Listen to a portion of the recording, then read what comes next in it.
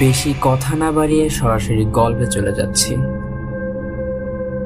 গল্পটির নাম তিনি দিয়েছেন কালো দরজার ওপাশে।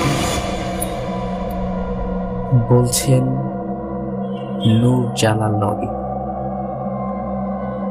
রাত তখন ঠিক 2:47। প্রচন্ড বৃষ্টির শব্দে ঘুম ভেঙে গেল।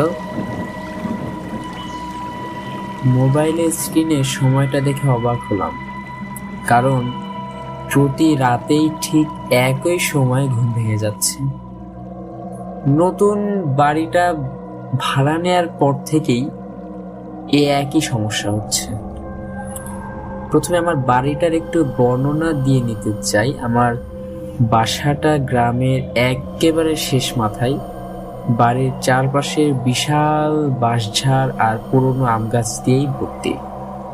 সবাই বলেছিল এই বাড়িতে রাত না কাটানোই ভালো, তবে আমি এসব কুসংস্কারে বিশ্বাস করি না। তাই সবার কথা, গুরুজনদের কথা অপেক্ষা করে আজকে এই বাসায় রয়েছি। হঠাৎ দরজায় ঠক ঠক ঠক 3বার টোকা পড়ার শব্দ হলো।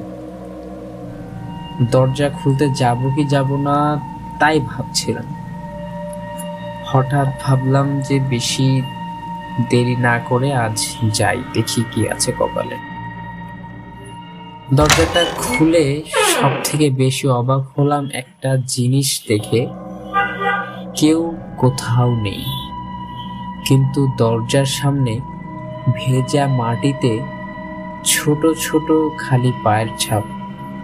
দেখে মনে হচ্ছে ঠিক আমি আসার আগ মুহূর্তে এখানে কোনো বাচ্চা শিশু দাঁড়িয়েছিল। কৌতূহলবশত সেই পায়ের ছাপগুলো অনুসরণ করে সামনে এগিয়ে যেতে লাগলাম। পায়ের ছাপগুলো ঠিক বাড়ির পেছন দিকেই গেল। সেখানে ছিল একটা পুরনো কাঠের দরজা।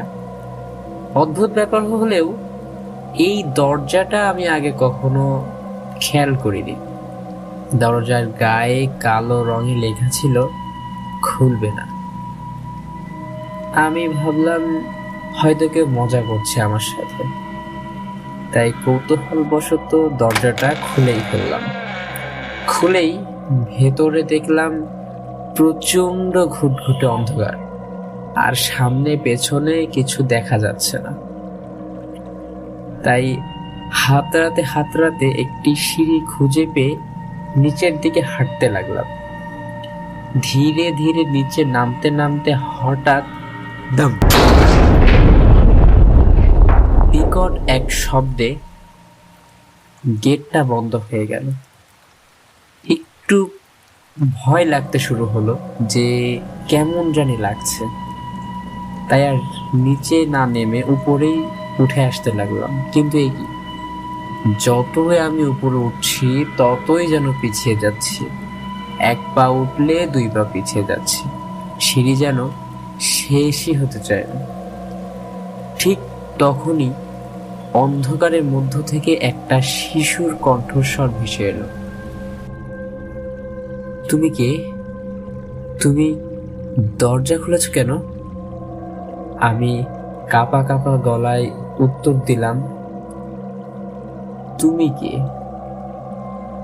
সে কোনো উত্তর দিল না, শুধু হাসির শব্দই আসলো।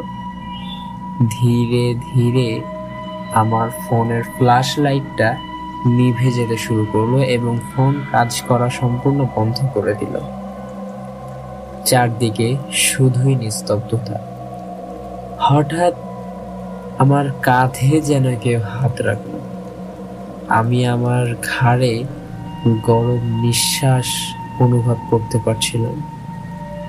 সাথে সাথে আমি ঘুরে তাকাতেই দেখি পেছনে পেছনে কোথাও কেউ নেই, কিন্তু সামনের দেয়ালে আমার ছায়ার পাশে কার যেন ছায়া পড়েছে, যেটা যেটা দেখতে একদমই মানুষের মতো নয়।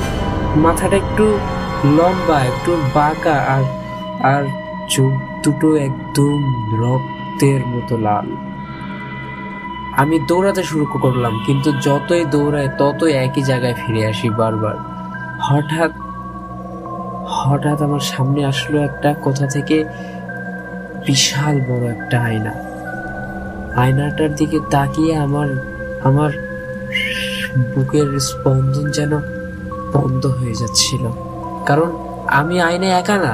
আমি আমি যখনই আয়নার দিক তাকালাম, ঠিক তখনই আমি দেখলাম আয়নাটা আসলে আমার কোনো প্রতিচ্ছবি নেই।